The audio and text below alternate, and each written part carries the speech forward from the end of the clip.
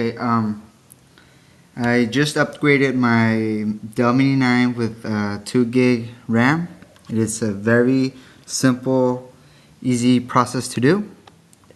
So first things first, remove the battery. Flip it around. Make sure you drain the power from the computer, just so you don't get shocked and mess up your system. So you open the hatch, and this is the SSD, Wi-Fi, and 2 gig RAM. So all you need to do is, there's these little hinges on the side, just push them to the side and it pops open, and you can easily remove at the angle it pops open. See, if a 15-year-old kid like me can do it, so can you. See, yeah, right.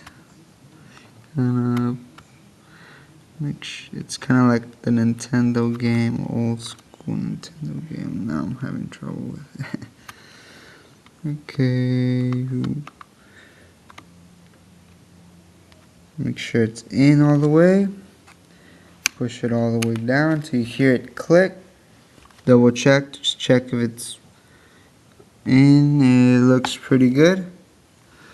So you put the hatch back, close it,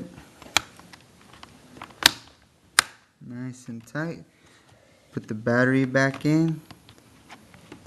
Oh, and there's these 2 screws before I forgot to mention. You need to remove and remove the battery. I already mentioned that. Flip it around and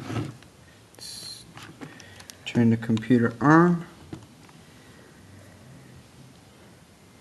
And if you did not install it correctly, you'll hear a loud beeping, annoying, obnoxious beep. But since I installed it right, I was able to enter Microsoft Windows XP. It's much faster than the 1 gig, and it's cheap, 25 bucks, my digital discount. And that's it. Thank you for watching.